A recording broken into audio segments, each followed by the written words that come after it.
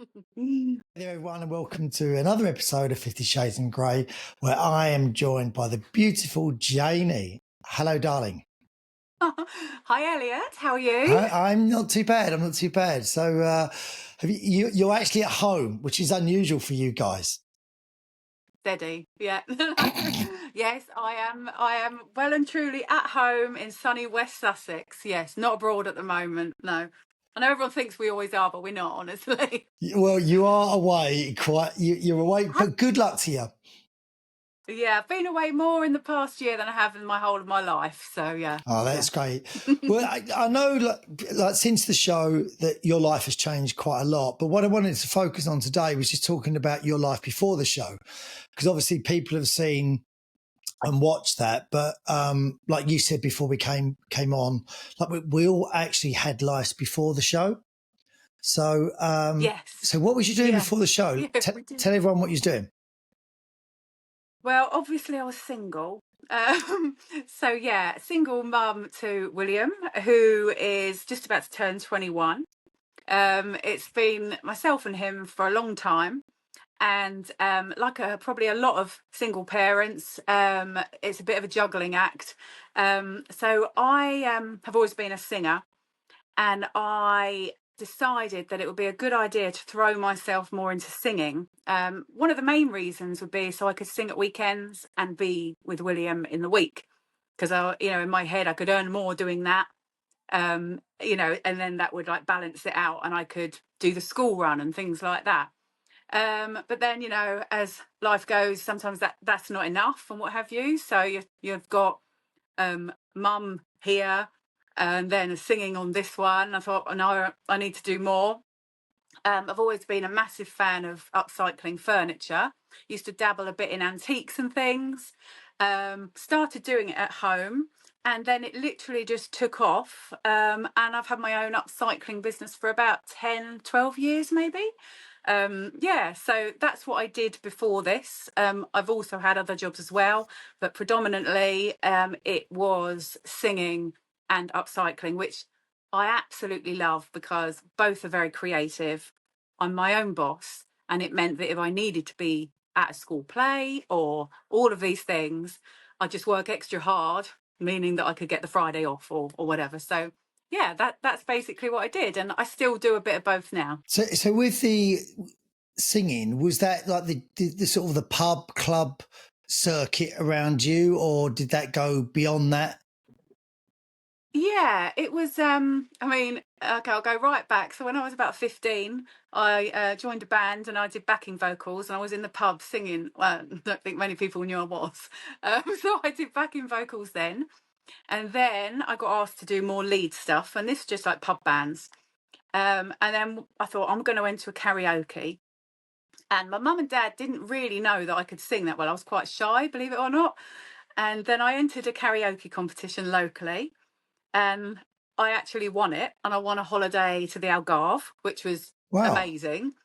And then word got out and stuff. And then I was in an ABBA tribute show. And then I went to Tenerife for a year and sang around the island. And then I joined a 70s theatre show, which I sort of helped create. And basically that went around all the theatres in the country. Did a couple of cruises with it, but it was quite a big deal. And we used to sell out theatres up and down the country. And yeah, I used to host it alongside a male singer as well. It was a full live show. And that's, people think on Instagram, so why do you call yourself Janey Bombshell? And people think it's because I went into my mummy or dad as a bombshell. It's nothing to do with that. It's because I was in a 70s show, and that was my stage name. It was just a character name almost. So yeah, that's what I did. And it was a wonderful thing to do. And yeah, I was best thing I ever did. Like that kind of show was wonderful. So yeah, and I've written my own album as well in the past. I've done quite a lot of stuff with music. So not many people know that, and I think people think, oh, she's been on My Mummy or Dad, and now she thinks she's a singer. It's like, no, Yeah. I've been doing it for 32 years or something. So did you ever get, Yeah. so in terms of sort of audience sizes, what was the biggest sort of crowd you sang to and sang in front of? I think like theatre-wise, probably 1,000. It sold out in a theatre, and considering it was a show that we created ourselves, it was quite a big deal. It's a hard game to crack. It's really tough. You have to do the marketing for the show, get yourself on the radio to promote the show. I had my own costumes designed, absolutely everything. There's so much work that goes into it. But yeah, our local theatre in Horsham, we used to sell that out every year. But yeah, that sort of thing, really. So Loads of different things, but it was brilliant.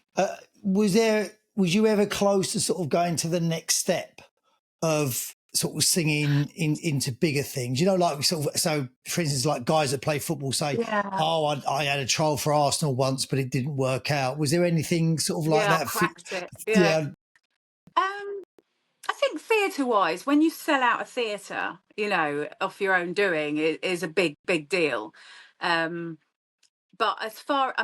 when it's a show that's like tribute based, if you see what I mean. So I used to sing Karen Carpenter, Susie Quatro, Olivia Newton-John, Donna Summer. I'd sing all of these things, but you can only take it so far sometimes. My dream would have to have had that show in the West End.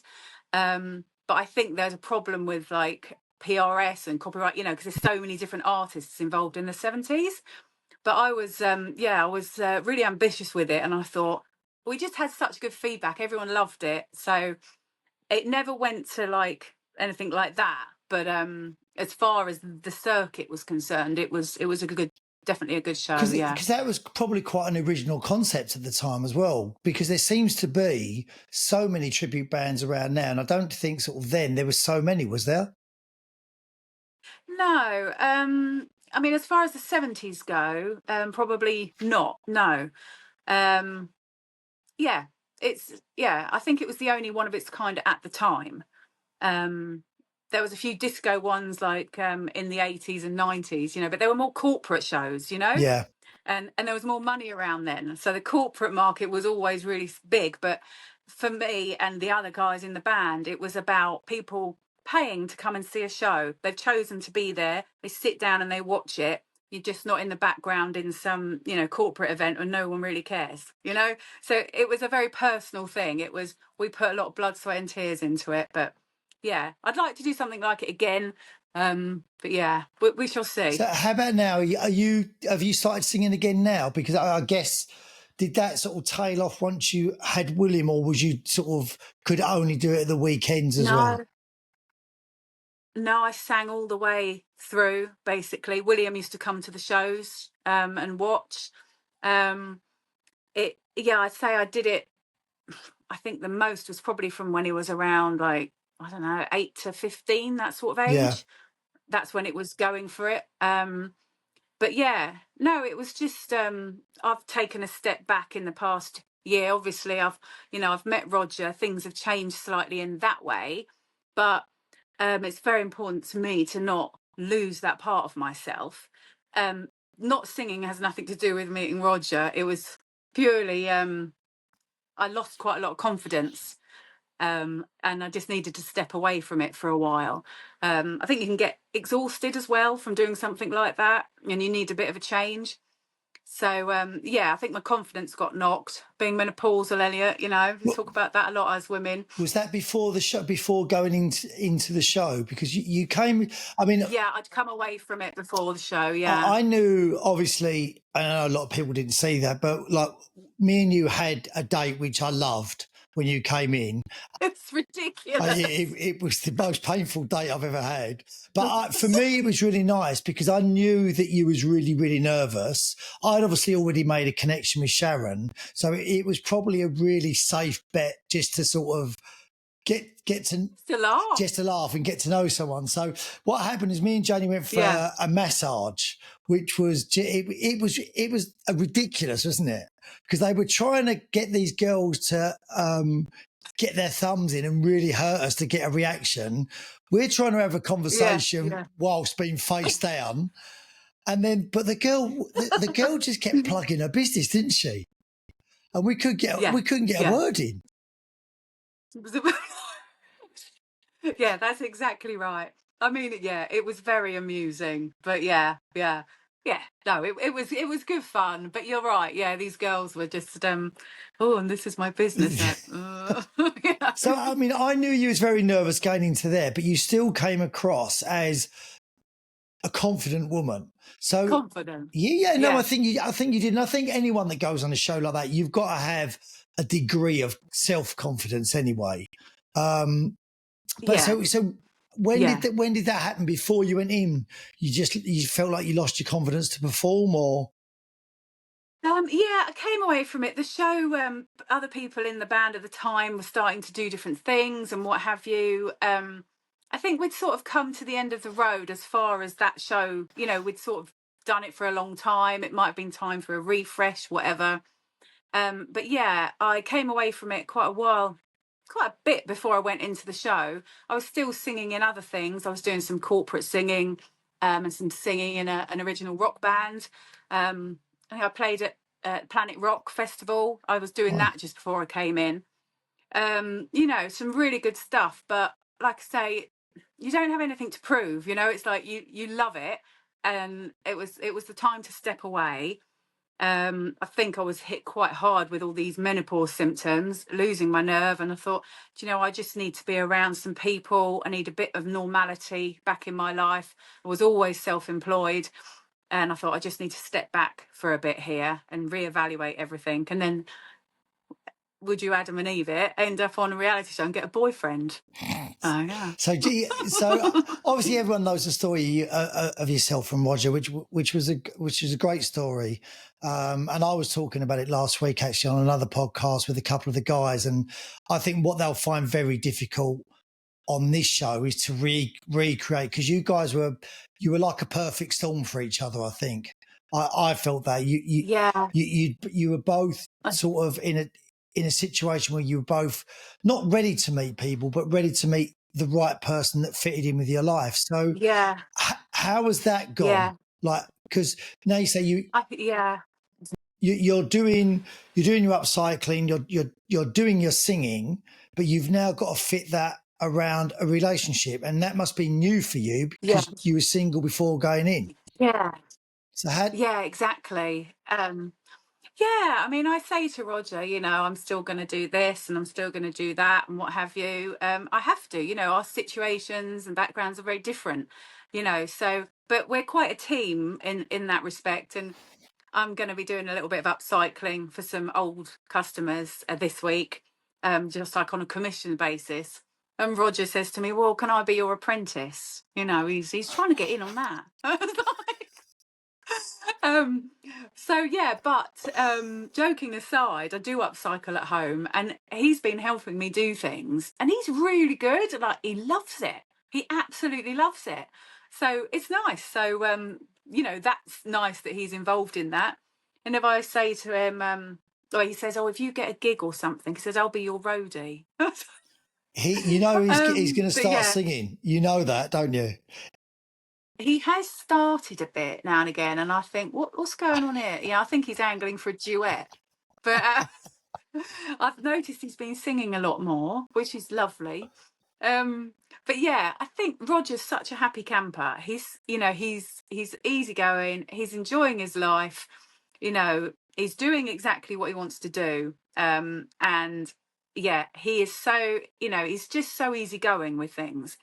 And it's lovely because I just feel, yeah, he supports me totally. I mean, when I used to sing and stuff, and I could meet people and think, and I don't think some people don't like the idea of having a girlfriend that's going off at weekends and singing Mm. all over the country. It can make people feel uneasy. If only they knew it consisted of, like, getting home at 3 a.m, being in a van with 6 sweaty men, and getting a Greggs from the garage. That's how glamorous it is. So there's never any worry, but I know that some people would find that a bit intimidating even. So Roger is just so easygoing.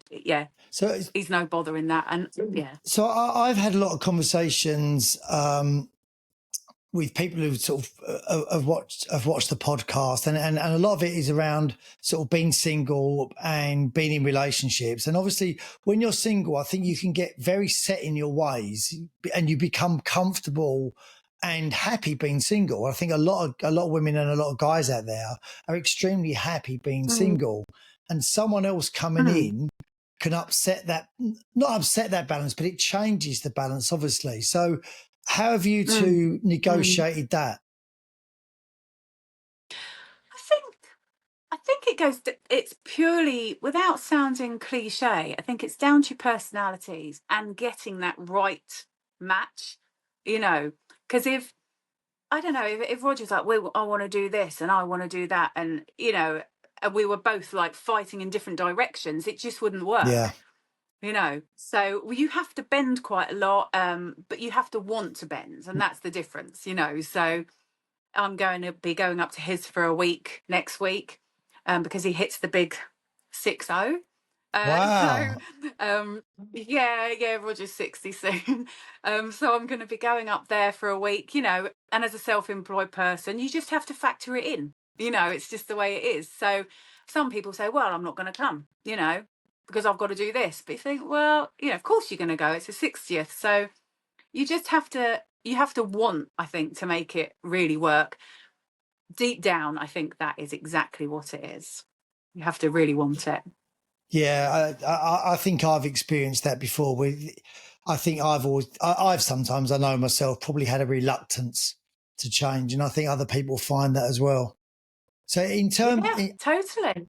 in terms of when you meet with older kids, because it's obviously a lot of people on the dating apps, especially when they're sort of older, they'll be, I don't want to meet anyone with young kids. They just don't want to Yeah. go through that. To me, I think when you meet anyone with any kids, they're just different problems, whether they're young or old. How have you guys found Mm. that integrating your children as well? Or you're old, I mean, they're older now. Yeah, exactly. Well, yeah, they're adults, aren't they? Jess is 30. I think Alex is 27, his middle daughter, and Ben, his son, is 23. William's about to turn 21.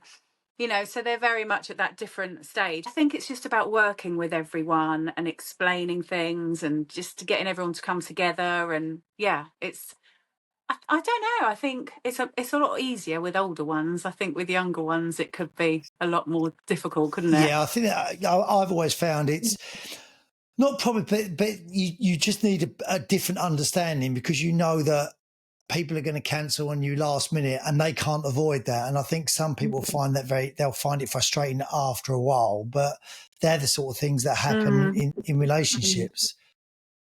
Yeah, and I think it's tricky for people as well, especially with younger children dating, because they don't want to introduce everyone, do they, to their kids? Yeah.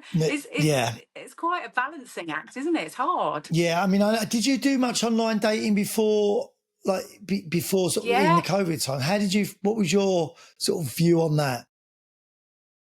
I've been on quite a few dating apps in the past. Sort of go on them, come off them, go back on again, come off. I think sometimes it can be a very positive experience, and I'm quite pro it as far as getting yourself out there. Yeah. I think that's what they're there for. Um, I've met some lovely people offline, some really, really lovely people. They obviously weren't right, or we weren't right for each other one way or another, but there's some lovely people out there to meet. And I think for some people, it's a very good way to just get their uh, toe back in the water and get a little bit of confidence. I mean, it can be brutal as well, so you need Yeah. to be prepared for that. But I think it's a tool to be used, and as long as you're careful, then it's okay. But yeah, I think I went on all the favourites, if you know what I mean. And yeah, I'll be honest, I just got sick of it. Sick of it after a while. Yeah. So I think it's a fair the old short. fashioned way is always the best. But Yeah. pardon? I think, and I've had the same thing, sort of, and it has been mostly women asking for sort of advice. And I've always quick to say, look, I can give you my opinion, but I can't give you advice. It could, because something suits people in a different way, I think. But I think it Mm, provides opportunity, because a lot of people, as they get older, yeah. the opportunity to actually go out and be in places where you can meet people is quite few and far Yeah. between. Very. I mean, if you went, I live in a village, if you were just single and looking to meet someone or something, 9 times out of 10, those people standing there are married, Yeah. That's how it is. And you don't know if someone's interested. It's just not like that when, it's just not as easy. So in an ideal world, it's nice to be introduced via a friend, something like that. But I've always said to people, you just have to get yourself out there, this thing. If you really do want to meet someone, yeah, you just have to get on with it, I think, don't you? Yeah. No, What about you, Elliot? Are you on the dating apps at the moment? no, I won't do the dating apps again. I did. I think I said this to you when we was in No. there. No, I did them before we went in. And I'd probably stopped about a year and a half before we went in. Right. And I was seeing someone off of them, and that finished sort of a short time before I actually went into the house. And again, All right. they were lovely people, but just, I don't know, you just don't feel that right connection. And I think as you get older, and I think that's the hardest thing. And again, we were talking about this at the weekend, was that once you know how you want to feel, you want that again. And you don't want to settle for less than that. So once you experience being sort of, from your own point of view, being in love with someone, you don't want to just think they're really nice or they're a really great person, because they'll do. No, it's better to be on your own than have that. Exactly. Yeah. And then I think that's why I've spent so long on my own, is because you don't want that. But again, same as you, my experience of dating apps, I've had some negative ones, but I've met some great people. I just wasn't right for them, or they wasn't right for me. But most of the time we've sort of parted on amicable terms most of the time. But I don't think I just don't think I'll do them again. I just don't. No. There was too much. Elliot, I've seen your female comments on your Instagram account. I don't think you're short of a few offers. No, and then there's been some really nice comments, which is always really good for your ego. So, honestly, like you said about, with a band, he's trying to with a podcast, it's gaining traction, which is great, but it's a lot of time and a lot of work. And you're always trying to create content as well to promote it. And as you said about your band, there's so much time that goes in that, it makes it difficult to do anything else. It becomes a way of life for things. Yeah, something that you have so much passion for. You've got to go all in with things. Sometimes, it's just getting that balance. So even with my upcycling business, I'm going to do a few more pieces, and I was saying to Roger about it. It becomes quite a big thing. You've got websites to do and social media and just, lots of things. It's not just like, I'm going to go and do that. It's everything, being self-employed is something as well, it never stops. So what I've noticed when you've been talking, sort of the last 15, 20 minutes, which is lovely, is you now use a plural. Do I? Yeah. And so there's no longer a me, it's a me and Roger, or Roger and I, or us. And that's lovely. So what else has changed? Yeah. Because now you're sort of a couple, as it was. So how has that changed? Like, what has changed in your life having someone there? I think it's just simply that. It's just having someone there. I genuinely feel I'm part of something, I had a chat the other day, and we went on Loose Women to talk about it. And I was just saying, I'd struggled in the past with being fiercely independent. And I still do struggle with it a bit now. I still can't quite get my head on the fact that there's two of us, like, I'll always worry about something, or I think it comes from just being self-employed and being a single parent. I've always got my eye on the ball about something. And Roger will say, oh, don't worry about that. We'll, I'll help you with that. We'll get that sorted or something. And I'm like, no, you don't understand, Roger. No, it's, he's like, I do. I get it. And I'm like, oh, And I have to work on myself a bit in that, because I think people want to be part of this, they want to help you, and it's just allowing yourself to break down a little bit and go, okay, yeah, you can. But I'm so frightened of, I think I was just always doing everything alone, and people were trying to help me, but I would just hate to, like, I don't know, I can't explain it. It was just very difficult to Yeah. actually, let someone in that way. I mean, But it is so lovely. I know where you're coming from, because I think you, and it's not as dramatic as it sounds, but where you get used to not relying on anyone, you rely on yourself 100%. Mm, And that's why sort of mm, when people give me advice as well, like, and friends, I think I know myself better than you do, because I'm the yeah, only one that spent this long with me. And when you're single, you spend so much mm, time on your own that the positive thing is yeah, you do get to know yourself very, very well. And it does mm, make you an extremely strong character. But I think the yeah, downside of that definitely. is that you then don't want to let anyone else in, because you kind of feel like you want control of it. Or what, do you know what I mean? Yeah, I think I do. I wanted to let someone in, but I was frightened too, because I mean, it's not the same, but I had about three different people I met, and it was quite unlucky because they were quite near to each other in the time frame, and you sort of like open up a bit, and all three of them were not ready to be in a relationship, if you see what I mean. They were coming out of divorces, or they were coming out of whatever, and I felt that I was the trial, if you see what I Yeah. mean. And it just really upset me and really hurt me, because I thought, this is what happens, when you let someone in and you open up, and it's really hard going sometimes. It's horrible. But I just thought, well, I'll just keep at it, but because not everyone is like that, but No, yeah, and it's I hard. don't think I don't think there's any. I don't think people mean to do it either. I think No, it no, is just just not timing. ready. They're just not ready. But Mm, unfortunately, the only way mm. that people can get ready is by going through those processes anyway. Is meeting someone and not Yeah. working out, because there's so much that a new Mm. relationship brings up, and sometimes it Yeah. brings up memories that aren't great for you. So it's almost like layers. Yeah. It's so you need to meet three or four Yeah. people, and I think sometimes you can meet the right Mm. person at the wrong time, and At the wrong time. it doesn't Definitely. Yeah, I work. think lots of people.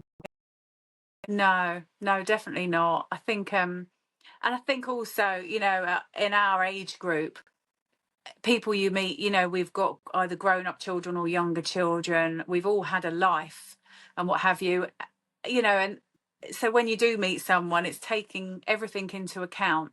I think it's just about the stars aligning and Yeah, and the right time, because myself and Roger, when we met, we had no idea, and I don't think anyone else had an idea that we would meet, yeah, like in that environment. I don't think so. So I felt, for myself, I felt, like you say, I come across very confident, but I was a lost soul.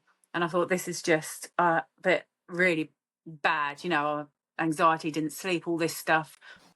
And I felt a bit of a lost soul. And Roger was the same. We were just there and we just got on. And who would have ever thought, you know?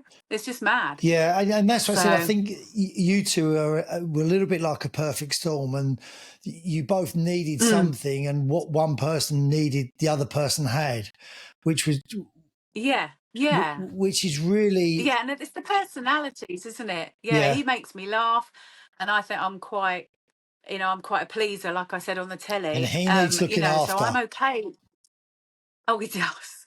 Yes, but it kind of just worked in that way, and because I know William was worried, like, Mum, stop pleasing everyone. I know that's how because he thinks I am that sort of person, but it's actually okay for me to be like that, and softly, softly, myself and Roger, it's worked perfectly, because I was a bit on my back foot as well, about going into a relationship. We both were, but for different reasons. So, yeah, I think patience, and at the end of the day, we make each other smile and laugh, and, we've fallen in love. And I just think it was, in my mind, perfectly happened, Yeah. No, and totally unexpected. and very unusual as well. I think, it's so much harder to meet people when you're older because you know what you don't want. When you're younger, you don't know what you Mm. don't want, so you kind of just try everything. And like the older You you, experiment, exactly. yeah, which is brilliant because there's a naivety to it, and you sort of just go into things and stay with them for a while, and then go on to something else. But when you're older, I think you've got more concept of time, and it's like Yeah. I haven't got time. And this is what I find with my friends that are in relationships, and I don't know if you found this, is that especially probably like the wives from or girlfriends of all of my friends are like, or they were before, oh, you're seeing someone else. Oh, you've always got someone else. Like, and it's not that. It's Yeah. that you meet people, No. you want to see what they're like Going on around your friends. dates. So you go on a date, Mm. you might take them out. And then you both realize very quickly, because you both know what you do and don't want, that you're not right for each Mm. other. Mm. So you have the conversations, look, I don't Mm. feel this. And they're like, no, great, I don't feel it. So you go, and then you meet someone else because, that's how it Yeah. works. But in other people's eyes, they're like, you're always with different people. That's why you're not settling down. It's like, Yeah. it's not that. It's Yeah. you're not settling down No, it's not. because you don't want to settle and you know what you want. Yeah. I think you do know what you want. And I said before I went on the show, when they asked me, I said, yeah, funny and kind and, are my biggest things, Yeah. And I said to someone the other day, I said, Brad Pitt, he could, walk in any minute, as they do. And but if I didn't find him funny and he wasn't very kind, I wouldn't be interested. It's I just the would way it have, I is. would So have, Roger is those I two. would have fought you for Brad Pitt if he'd have walked in. Let me tell you now, Yeah, I think Roger would as well. Yeah. I'd be at the front of that queue. Yeah, exactly. But yeah, I think you do know what you want, and you think you could have been out with the best looking person in the world, but if it's not going on and there's little things you think, no, that's not right for me, then it's just not going to work, is it? So No. yeah, So it's all about a bit of understanding. so lastly, because the time's gone really quick. But lastly, it's that time of year when a lot of people, women, guys, their children are going off to university, and they then suddenly might find themselves. And most of the time, it is women that raise the kids. Like I would say, unfortunately, it depends on the situations, obviously, Yeah. and the children leave, and then it's like the husbands are still going to work or the wives are still going to work, and then it's like this, what's my role now? Did you experience that? And Mm. what advice would you give for someone that is Mm. sort of probably looking at that, Yeah. especially at an age where, like you said already, you're going into premenopause and then menopause, and you're anxious Mm. anyway. What advice would you give to people for that? Mm. Yeah, I experienced the big empty nest thing when William left for university, and it was horrendous. I didn't expect it to hit me as hard as it did. I just couldn't stop crying. It went on for ages. And this isn't really advice for someone else, but I was alone, I was. And I thought, I don't want to be on my own. I need more. Do you know what I Yeah, mean? I've got so much love to give.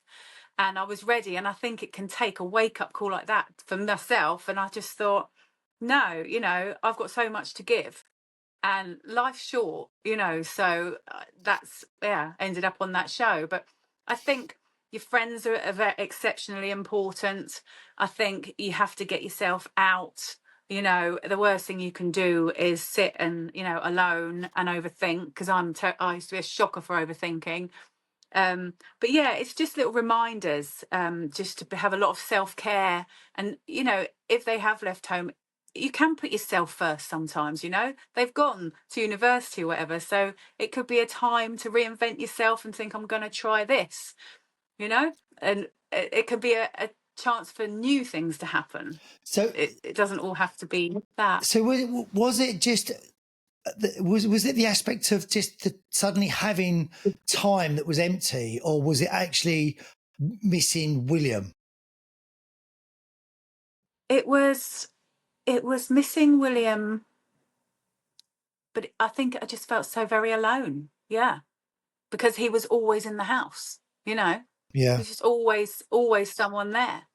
Um, So I think that was hard. And I think also, you know, I don't know, being female, when I used to sing, I used to get home very late at night, you know, security, things like that. It was just, yeah, I didn't want to be on my own. And I genuinely just thought, I just want to meet someone, you know. I always dreamt of being married one day.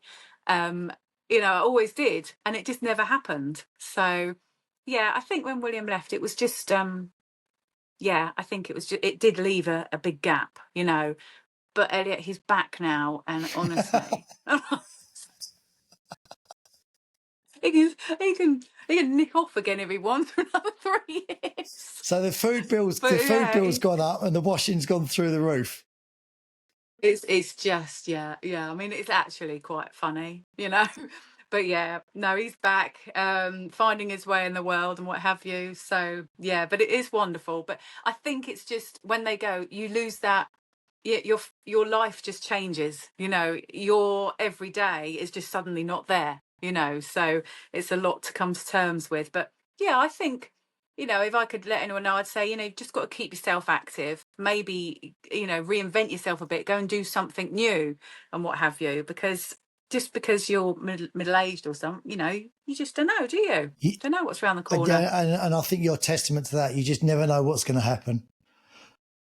No. Well, listen, Diane, thank you Never know. so much for joining me. It's been a pleasure talking to you. No, you're welcome. I don't want to keep you too long because I am aware that Roger is downstairs and me and you are alone in the bedroom together. So I know. Don't tell him, Elliot. No, he's Roger's made Cosmopolitan. We've just been sitting out in the garden. That's why I'm so hot. Why I just quickly came up to do this. But yeah, he's made a Cosmopolitan. After seeing you make a cup of tea in the house, I can guarantee there's going to be a lot of mess. So someone's going to need to clean that up. But listen, thank you again for joining. Yeah, no comment. Thank you, everyone, for joining. Thank you, Elliot. It's lovely to see you. Love to see you. Thank you for joining 50 Shades in Grey. Make sure you subscribe. I'll put all Janey's details on here already, and you can see what her and Roger are up to, which is most of the time they're abroad, to be perfectly honest, but good for them. So we'll catch up and we'll see you soon. Bye-bye.